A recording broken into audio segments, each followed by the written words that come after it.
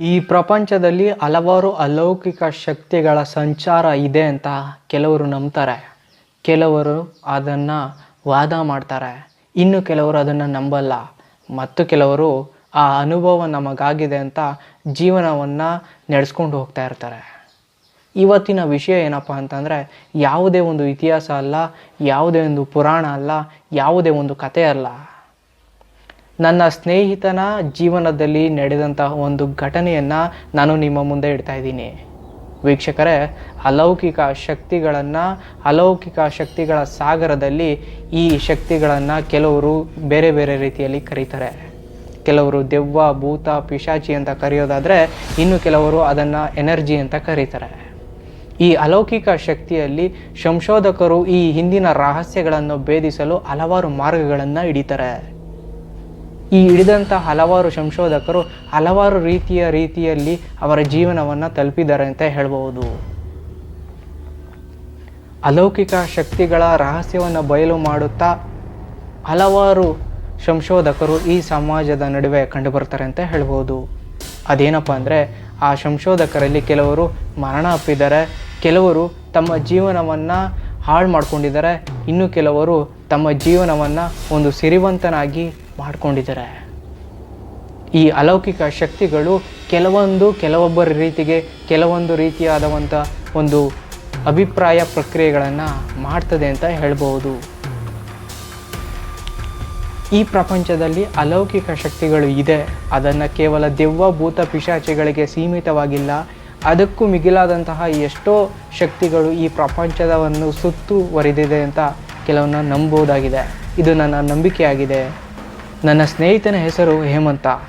ಮಂಡ್ಯ ಜಿಲ್ಲೆ ಮಳವಳ್ಳಿ ತಾಲೂಕಿನ ಒಂದು ಹಳ್ಳಿಯ ನಿವಾಸಿ. ವೃತ್ತಿಯಲ್ಲಿ ಅವನು ಡ್ರೈವರ್ ಆಗಿ ಕೆಲಸ ಮಾಡುತ್ತಿದ್ದ. ಕಾರು ಮತ್ತು ಗೂಡ್ಸ್ ಗಾಡಿಗಳನ್ನು ಓಡಿಸುವುದು ಅವನ ವೃತ್ತಿಯಾಗಿತ್ತು. ತಂದೆ ತಾಯಿ ಮತ್ತು ಹೆಂಡತಿ ಮಕ್ಕಳೊಂದಿಗೆ ಸುಖ ಸಂಸಾರದಲ್ಲಿದ್ದಂಥ ಹೇಮಂತ ಒಂದು ದಿನ, ಅಂದರೆ ಜನವರಿ 25, 2026 ಸುಮಾರು 8:30ರಿಂದ 8:40 ವೇಳೆಯಲ್ಲಿ ಚನ್ನಪಟ್ಟಣ ಮಾರ್ಗದಿಂದ ಮದ್ದೂರಿಗೆ ಹೋಗುವ ಮಾರ್ಗದಲ್ಲಿ ಬರ್ತಾ ಇರ್ತಾನೆ. ಸುಮಾರು ವರ್ಷಗಳಿಂದ ಈ ವೃತ್ತಿಯಲ್ಲಿದ್ದಂತಹ ಹೇಮಂತನಿಗೆ ಯಾವುದೇ ಡ್ರೈವಿಂಗ್ ರಸ್ತೆಗಳಲ್ಲಾಗಲಿ ನಿರಾಯಾಸವಾಗಿ ಓಡಿಸುವ ಸಾಮರ್ಥ್ಯ ಅವನಿಗಾಗಿತ್ತು. ಡ್ರೈವಿಂಗ್ ಲೈನಿನಲ್ಲಿ ಹಲವಾರು ರೀತಿಯ ಒಂದು ಅವನ ಅನುಭವಕ್ಕೆ ಒಳಗಾಗಿತ್ತು. ಆದರೂ ಈ ಹೇಮಂತನಿಗೆ ಈ ಅಲೌಕಿಕ ಶಕ್ತಿಗಳ ಪರಿಚಯ ಇರಲಿಲ್ಲ. ಅದರ ಬಗ್ಗೆ ಯಾವುದೇ ಚಿಂತೆಯೂ ಕೂಡ ಇರಲಿಲ್ಲ. ಸುಖ ಸಂಸಾರದಲ್ಲಿದ್ದಂತಹ ಹೇಮಂತನಿಗೆ ತಾನು ಇನ್ನೇನೋ ಒಂದು ಅಲೌಕಿಕ ಶಕ್ತಿಗೆ ಒಳಗಾಗ್ತದೆ ಅನ್ನೋ ಒಂದು ಪರಿವೇ ಇರಲಿಲ್ಲ. ಶುಭ ಕಾರ್ಯಕ್ಕೆ ಹೋಗುತ್ತಿದ್ದ ಅವನು ಮತ್ತು ಅವರ ಕುಟುಂಬಸ್ಥರಿಗೆ ಆದ ಒಂದು ಚಕಿತತೆ ಏನಪ್ಪ ಅಂತಂದರೆ, ಗಾಬರಿ ಹುಟ್ಟಿಸುತ್ತದೆ. ಚನ್ನಪಟ್ಟಣ ರಸ್ತೆಯಿಂದ ಮದ್ದೂರಿಗೆ ಹೋಗುವ ರಸ್ತೆಯಲ್ಲಿ ಅವನಿಗೆ ಸುಮಾರು 5ರಿಂದ 7 ಕಿಲೋಮೀಟರ್ ಚಲಾಯಿಸಿಕೊಂಡು ಬರುತ್ತಾನೆ. ಹೊಸ ರಸ್ತೆಯಾಗಿರುವ ಕಾರಣದಿಂದ ಸುತ್ತಮುತ್ತಲೂ ಕಾಡಿನ ಪ್ರದೇಶವಾಗಿತ್ತು. ಯಾವುದೇ ಪರಿವಿಲ್ಲದೆ ನಿರಾಯಾಸವಾಗಿ ಕುಟುಂಬದ ಸದಸ್ಯರ ಹತ್ರ ಹಲವಾರು ರೀತಿಯ ತಮಾಷೆಗಳ ಮಾತುಗಳಿಂದ ಅವನು ಕಾರನ್ನು ಚಲಾಯಿಸಿಕೊಂಡು ಬರ್ತಾ ಇರ್ತಾನೆ. ಇನ್ನೇನೋ ಕೆಲವೇ ಕ್ಷಣಗಳಲ್ಲಿ ಕಣ್ಣು ಮುಂದೆ ಯಾವುದೋ ಒಂದು ಆಕೃತಿ ಕಂಡು ಬರ್ತದೆ ಹೇಮಂತನಿಗೆ.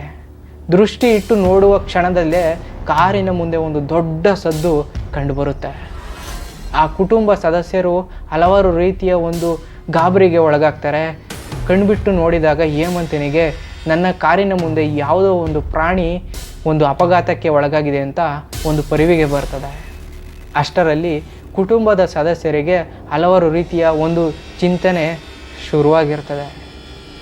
ದೇವರ ಕೃಪೆ, ಯಾರಿಗೂ ಯಾವುದೇ ತರಹದ ಒಂದು ಅಪಾಯ ಆಗದೆ ಇದ್ದುದನ್ನು ಹೇಮಂತ ಗಮನಿಸ್ತಾನೆ. ತಕ್ಷಣ ಕಾರಿನಿಂದ ಇಳಿದ ಹೇಮಂತನಿಗೆ ಇನ್ನೊಂದು ವಿಚಿತ್ರ ಕಂಡುಬರುತ್ತದೆ. ಏನಪ್ಪ ಅಂದರೆ, ಅಲ್ಲಿ ಇದ್ದಂತಹ ಒಂದು ಯಾವುದೇ ಪ್ರಾಣಿಯಾಗಲಿ ಅವನಿಗೆ ಕಂಡು ಬರುತ್ತಾ ಇರಲ್ಲ. ಅವನು ಅನ್ಕೋತಾನೆ, ಯಾವುದೋ ಒಂದು ಪ್ರಾಣಿ ನನ್ನ ಕಾರಿಗೆ ಗುದ್ದಿದೆ, ಆ ಗುದ್ದಿದ ರಭಸಕ್ಕೆ ಪ್ರಾಣಿ ಎಲ್ಲೋ ದೂರ ಹೋಗಿ ಬಿದ್ದಿದೆ ಅನ್ಕೋತಾನೆ. ಅಷ್ಟರಲ್ಲಿ ಗಾಬರಿಯಲ್ಲಿದ್ದ ಮನೆಯವರನ್ನು ಸಂತೈಸಿ ಮತ್ತೊಂದು ಕಾರನ್ನು ಏರ್ಪಾಡು ಮಾಡಿ ಅವರನ್ನು ಆ ಕಾರ್ಯಕ್ಕೆ ಕಳಿಸ್ತಾನೆ. ಕಳಿಸಿದ ಕ್ಷಣದಿಂದ ಕಾಡುವಂಥ ಪ್ರಶ್ನೆ ಅವನ ತಲೆಯಲ್ಲಿ ಕೊರಿತಾನೆ ಇತ್ತು. ಏನಪ್ಪ ಅದು ಅಂತಂದರೆ, ಕಾರಿಗೆ ಗುದ್ದಿದಾದ ಪ್ರಾಣಿ ಯಾವುದು, ಈಗ ಆ ಪ್ರಾಣಿ ಎಲ್ಲಿದೆ ಅನ್ನೋದೇ ಅವನಿಗೆ ಒಂದು ಯಕ್ಷ ಪ್ರಶ್ನೆಯಾಗಿ ಕಾಣ್ತಾ ಇತ್ತು. ತನ್ನ ಮತ್ತೊಬ್ಬ ಸ್ನೇಹಿತನನ್ನು ಕರೆದುಕೊಂಡು ಅಪಘಾತಕ್ಕೆ ಒಳಗಾದ ರಸ್ತೆಯನ್ನು ಸಂಪೂರ್ಣವಾಗಿ ಶೋಧನೆಗೆ ಒಳಪಡಿಸ್ತಾನೆ. ಯಾವ ಪ್ರಾಣಿಯಿಂದ ನನಗೆ ತೊಂದರೆಯಾಗಿದೆ ಅಥವಾ ನನ್ನಿಂದ ಯಾವ ಪ್ರಾಣಿಗೆ ತೊಂದರೆಯಾಗಿದೆ ಅಂತ ಈ ಇಬ್ಬರು ವ್ಯಕ್ತಿಗಳು ಆ ರಸ್ತೆಯ ಪೂರ್ತಿ ಎಲ್ಲ ಹುಡುಕಾಡುತ್ತಾರೆ. ರಾತ್ರಿ ವೇಳೆ ಆಗಿದ್ದ ಕಾರಣ ಯಾವುದೋ ಒಂದು ನಾಯಿ ಅಥವಾ ಯಾವುದೋ ಒಂದು ದೊಡ್ಡ ಪ್ರಾಣಿ ನನ್ನ ಕಾರಿಗೆ ಬಡಿದು ಸತ್ತಿರಬಹುದು ಅಂತ ಹೇಮಂತನಿಗೆ ಮೊದಲ ಬಾರಿ ಎನಿಸ್ತದೆ. ಒಂದು ಚಕಿತತೆ ಏನು ಅಂತಂದರೆ, ಒಂದು ಪ್ರಾಣಿ ಕಾರಿಗೆ ಡಿಕ್ಕಿ ಹೊಡೆದರೆ ಆ ಪ್ರಾಣಿ ಸ್ಥಳದಲ್ಲಿ ಸತ್ತಿರಬೇಕು, ಇಲ್ಲ ಅದರ ಕುರುಹುಗಳು ಅಥವಾ ರಕ್ತದ ವಾತಾವರಣ ಆ ಕಾರಿಗೆ ಅಂಟ್ಕೊಂಡಿರಬೇಕು. ವಿಚಿತ್ರ ಎಂಬಂತೆ ಇವೆರಡೂ ಆಗಿರಲಿಲ್ಲ. ಅವನ ಕಾರಿನಲ್ಲಿ ಯಾವುದೇ ಒಂದು ಸಣ್ಣ ರಕ್ತದ ಕಲೆಯೂ ಕೂಡ ಇರಲಿಲ್ಲ. ಯಾವ ಪ್ರಾಣಿ ಆಗಿರಬಹುದು ಅಂತ ಯೋಚನೆ ಮತ್ತಷ್ಟು ಬೆಳೀತದೆ. ಹೇಮಂತನಿಗೆ ತಾನು ಕನಸಿನಲ್ಲೋ ಅಥವಾ ವಾಸ್ತವತೆಯಲ್ಲಿ ಇದ್ದೇನೋ ಎಂಬ ಚಿಂತೆ ಕಾಡತೊಡಗಿರುತ್ತದೆ. ಕಾರಣ ಎಂಬಂತೆ ಇಷ್ಟು ದಿನ ಡ್ರೈವಿಂಗ್ ಲೈನಲ್ಲಿ ಇದ್ದಂತಹ ನಾನು ಯಾವುದೇ ಒಂದು ಸಣ್ಣ ಅಪಘಾತಕ್ಕೂ ಒಳಗಾಗಿರಲಿಲ್ಲ. ಹೇಮಂತನಿಗೆ ಆದ ಅನುಭವ ಅವನಿಗೆ ಮಾತ್ರ ತಿಳಿದಿರುತ್ತೆ. ಆ ಪರಿಸ್ಥಿತಿಯಲ್ಲಿ ನಿರ್ಜನ ಪ್ರದೇಶದಲ್ಲಿ ಅವನಿಗಾದಂತಹ ಅನುಭವ ಮತ್ತಷ್ಟು ಅವನ ದೃಢತೆಯನ್ನು ಕುಸಿಯುವಂತೆ ಮಾಡ್ತದೆ. ಮತ್ತೆ ಶೋಧನೆ ಮಾಡ್ತಾನೆ ಆ ಪ್ರಾಣಿಗೋಸ್ಕರ. ಅವನ ಕಣ್ಣು ಮುಂದೆ ಒಂದು ಕ್ಷಣದಲ್ಲಿ ಬಂದು ಹೋದಂತಹ ಒಂದು ಆಕೃತಿ ಆದರೂ ಯಾವುದು ಅಂತ ಅವನ ಪ್ರಶ್ನೆಯಾಗಿರ್ತದೆ.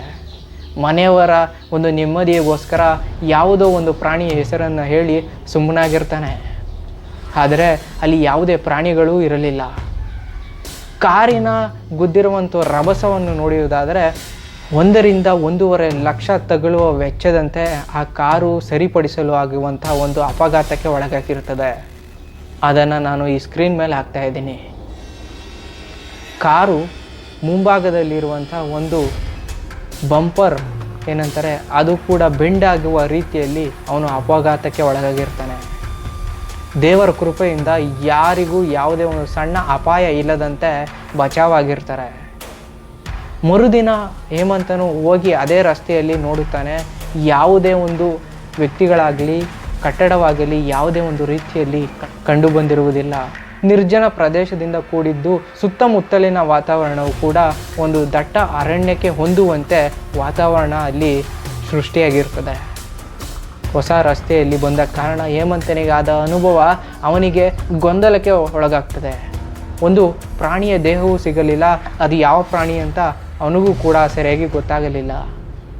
ಅಥವಾ ಪ್ರಾಣಿಗೆ ಗುದ್ದಿದೆ ಅಂತ ಎಂಬುದಕ್ಕೆ ಸಾಕ್ಷಿಯೂ ಇಲ್ಲ, ಯಾಕೆಂದರೆ ಅಲ್ಲಿ ಪ್ರಾಣಿಯ ರಕ್ತದ ಕಲೆಯೂ ಕೂಡ ಇಲ್ಲ. ಆದರೆ ಕಾರಿಗೆ ಆಗಿರುವಂತಹ ಒಂದು ಅಪಘಾತದ ತೀವ್ರತೆಗೆ ಅವನು ನೋಡಿದಾಗ ಪದೇ ನೆನಪಾಗ್ತಾ ಇರ್ತದೆ ಅದು ಯಾವ ಪ್ರಾಣಿ ಅಂತ. ಕಾರನ್ನು ರಿಪೇರಿ ಮಾಡುವ ಸಂದರ್ಭದಲ್ಲಿ ಮೆಕ್ಯಾನಿಕ್ ಬಳಿ ಈ ವಿಚಾರವನ್ನೇ ಹೇಳ್ತಾನೆ. ಆ ಮೆಕ್ಯಾನಿಕ್ ಕೂಡ ಏನು ಹೇಳ್ತಾನಪ್ಪ ಅಂತಂದರೆ, ಸರ್ ಅದು ಒಂದು ದೊಡ್ಡ ಒಂದು ಶಾಪಗ್ರಸ್ತ ರಸ್ತೆಯಾಗಿದೆ, ಸಂಜೆ 6 ಗಂಟೆ ಮೇಲೆ ಯಾರು ಕೂಡ ಅಲ್ಲಿ ಹೋಗಲ್ಲ ಸರ್ ಅಂತ ಮೆಕ್ಯಾನಿಕ್ ಕೂಡ ಹೇಳ್ತಾನೆ. ಇದನ್ನು ಕೇಳಿದ ಹೇಮಂತನಿಗೆ ಮತ್ತಷ್ಟು ಗಾಬರಿಯಾಗುತ್ತೆ. ಇದನ್ನು ಮತ್ತೊಬ್ಬರಿಗೆ ಹೇಳುವ ಸಂದರ್ಭದಲ್ಲಿ ಅವರು ಒಂದು ಚಕಿತತೆಯ ಒಂದು ಸುದ್ದಿಯನ್ನು ಹೇಳ್ತಾರೆ. ಏನಪ್ಪ ಅಂದರೆ, ಇದೇ ರೀತಿ ಅನುಭವ ನನಗೂ ಕೂಡ ಆಗಿತ್ತು, ಆದರೆ ಅಲ್ಲಿ ಯಾವುದೇ ಒಂದು ಪ್ರಾಣಿಯೂ ಇರಲಿಲ್ಲ. ನನ್ನ ಕಾರಿಗೆ ಆದಷ್ಟು ಒಂದು 2 ಲಕ್ಷದವರೆಗೂ ರಿಪೇರಿ ಮಾಡುವ ವೆಚ್ಚವನ್ನು ನಾನು ಭರಿಸಿದ್ದೇನೆ, ಆದರೆ ಯಾವ ಪ್ರಾಣಿಯೂ ಇರಲಿಲ್ಲ ಅಲ್ಲಿ ಎಂಬ ಒಂದು ಮಾಹಿತಿಯನ್ನು ಹೇಳ್ತಾರೆ. ರಾತ್ರಿ ವೇಳೆಯಲ್ಲಿ ಸಂಚಾರ ಮಾಡುವುದು ಸ್ವಲ್ಪ ಕಠಿಣವಾದರೂ ಅವಶ್ಯಕತೆ ಇದ್ದಲ್ಲಿ ಈ ಸಂಚಾರದ ಅಗತ್ಯ ಇದೆ ಅಂತ ನಾವು ನೋಡಬಹುದು. ಅನಾವಶ್ಯಕವಾಗಿ ಹಲವಾರು ರೀತಿಯಲ್ಲಿ ರಾತ್ರಿಯ ಸಂಚಾರ ಒಂದು ನಿಷಿದ್ಧ ಮಾಡುವುದು ನಮಗೆ ಒಳ್ಳೆಯದು ಅಂತ ನನ್ನ ಒಂದು ಭಾವನೆ. ಕೊನೆಗೂ ಹೇಮಂತನಿಗೆ ಕಾಡುವ ಒಂದು ಕಡೆಯ ಪ್ರಶ್ನೆ ಯಾವುದಪ್ಪ ಅಂದರೆ, ಆ ಪ್ರಾಣಿ ಆದರೂ ಯಾವುದು, ಅಥವಾ ಅದು ಪ್ರಾಣಿನೇನಾ ಅಥವಾ ಯಾವುದೇ ಒಂದು ಶಕ್ತಿನಾ? ಅವನಿಗಾದಂಥ ಒಂದು ಅನುಭವ ಈಗಲೂ ಕೂಡ ಅವನಿಗೆ ಗೊಂದಲಕ್ಕೆ ಕಾರಣವಾಗಿದೆ ಅಂತ ಹೇಳ್ಬೋದು. ಈ ವಿಚಾರವನ್ನು ಖುದ್ದು ಹೇಮಂತನೇ ನನಗೆ ಹೇಳಿದ್ದಾನೆ. ಅದನ್ನು ನಿಮ್ಮ ಈ ಸ್ಕ್ರೀನ್ ಮುಂದೆ ಹಾಕ್ತೀನಿ, ಕೇಳಿ. ಅಲ್ಲಿ ಮದ್ದೂರು ಸೋಮನಹಳ್ಳಿ, ಅಲ್ಲಿ ಆ ರೂಟಲ್ಲಿ ಹೋಯ್ತಾ ಇದ್ವಿ. ಆ ಕಡೆಯಿಂದ ಚನ್ನಪಟ್ಟಣ ರೂಟ್ ಕಡೆಯಿಂದ ಮದ್ದೂರ್ ಕಡೆಗೆ ಗೊತ್ತಾಯ್ತಿದ್ದು. ಹೋಗ್ತಾ ಇದೆ, ನನ್ಗೆ ಇವ್ರೇನೋ ಮಾತಾಡ್ತಾ ಇದ್ರು, ಎಲ್ಲ ಅಡ್ಗೆನಾಯ್ತು. ಸಡನ್ ಆಗಿ ನಾನ್ ನೋಡ್ದಾಗ ಏನೋ ಪಾಸ್ ಆದಂಗ ಆಯ್ತು, ಆದ್ರೆ ಏನು ಅಂತ ಗೊತ್ತಿಲ್ಲ. ಜನ ಪಾಸ್ ಆದಂಗೆ ಆಯ್ತು. ಅಷ್ಟೆಲ್ಲ ನೀನ್ ನೋಡಿ ಸ್ಲೋ ಮಾಡೋ ಅಷ್ಟಲ್ಲಿ ಸೌಂಡ್ ಬಂತು ಹಾ ಹಾ ಹಾ ಅಷ್ಟೇ. ಅಂದ್ರೆ ಪ್ರಾಣಿ ಮೇಲೆ ಸ್ಪಾಟ್ ಅಲ್ಲಿ ಏನ್ ಹುಡುಕಿದ್ರು ಸಿಗ್ತಾ ಇಲ್ಲ, ಏನೂ ಇಲ್ಲ. ಅಂದ್ರೆ ಯಾವ ತರ ಪ್ರಾಣಿ ಅದು ನಿನ್ ಕಾಣಿಸಿತ್ತು? ಪ್ರಾಣಿನ ಏನದು? ಅದ್ ಏನು ಅಂತ ನನಗೆ ನೆನ್ಪಾಡ್ಕಕ್ಕೆ ಎಷ್ಟೆಷ್ಟೋ ಟ್ರೈ ಮಾಡ್ತೀನಿ, ಏನು ಅಂತಾನೆ ಗೊತ್ತಾಯ್ತಾ ಇಲ್ಲ ಅದು. ಒಟ್ನಲ್ಲಿ ನಿನ್ಗೆ ಏನ್ ಕಾಣಿಸ್ತು ದೂರದಿಂದ? ದೂರದಿಂದ ಏನು ಕಾಣಿಸೇ ಇಲ್ಲ, ಬಂದೆ ಸಡನ್ ಆಗಿ ಕಾಣಿಸಿದ್ದು. ಅದೇನು ಅಂತ ಕರೆಕ್ಟ್ ಆಗಿ ನೋಡಕ್ಕೆ ಆಗಿಲ್ಲ. ಸಡನ್ ಆಗಿ ಕಾಣಿಸ್ತು, ಸಡನ್ ಆಗಿ ಪಾಸ್ ಆಗೋಯ್ತು. ಬರೀ ಎಷ್ಟ ನನ್ ಗಾಡಿಗೂ ಅದು ಕಾಣಿಸ್ಕೊಂಡ್ ಪಾಸ್ ಆಗೋದ್ಗೂ ಬರೀ 2-3 ಸೆಕೆಂಡ್ ಅಷ್ಟೇ. ಪ್ರಾಣಿ ಆಗಿದ್ರೆ ಸೌಂಡ್ ಬರ್ಬೇಕಲ್ಲ, ರಕ್ತ ಗಿಕ್ತ ಆಗಿರ್ಬೇಕಲ್ಲ ಗಾಡಿಗೆ. ನಾನ್ ಅದನ್ನೇ ಯೋಚನೆ ಮಾಡಿ ಹುಡುಕ್ತಾ ಇದೀನಿ, ಒಂದು ಪಿನ್ ಡ್ರಾಪ್ ಬ್ಲಡ್ ಇಲ್ಲ, ಏನು ಇಲ್ಲ. ಗಾಡಿ ಮಾತ್ರ ಹೋಗಿ ಹೆಚ್ಚಾಗೈತೆ. ಯಾವ್ದಾರ ಪಾರ್ಸಲ್ ಗಿರ್ಸಲ್ ಮುಂದೆ ಯಾವ್ದಾರ ಗಾಡಿ ಹೋಯ್ತೈತಾ? ಯಾವ ಗಾಡಿನೂ ಇಲ್ಲ, ಮುಂದೆ ಯಾವ ಗಾಡಿ ಇರ್ಲಿಲ್ಲ, ನನ್ ಹಿಂದೇನು ಗಾಡಿ ಇರ್ಲಿಲ್ಲ. 1/2 ಕಿಲೋಮೀಟರ್ ದೂರದಲ್ಲಿ ಒಂದ್ ಗಾಡಿ ಗೊತ್ತಾಯ್ತಿದ್ದು. ನೀನ್ ಹೋಗೋ ಪ್ಲೇಸ್ ಯಾವ ತರ ಇತ್ತು? ಕಾಡ್ ತರ ಇತ್ತಾ ಅಥವಾ ಸಿಟಿ ತರ ಇತ್ತಾ? ಫಾರೆಸ್ಟ್ ಇಂಡಸ್ಟ್ರಿಯಲ್ ಏರಿಯಾ ಅದು. ಹೌದಾ, ಫಾರೆಸ್ಟ್ ಲ್ಯಾಂಡ್ ತರನಾ? ಅಲ್ಲಿ ಫಾರೆಸ್ಟ್ ಇರೋದು. ಒಳಗಡೆ ಹೋದ್ರೆ ಇಂಡಸ್ಟ್ರಿಯಲ್ ಏರಿಯಾ. ನಿಮ್ಮ ಅಭಿಪ್ರಾಯವನ್ನ ಕೆಳಗಡೆ ಕಮೆಂಟ್ನಲ್ಲಿ ತಿಳಿಸಿ.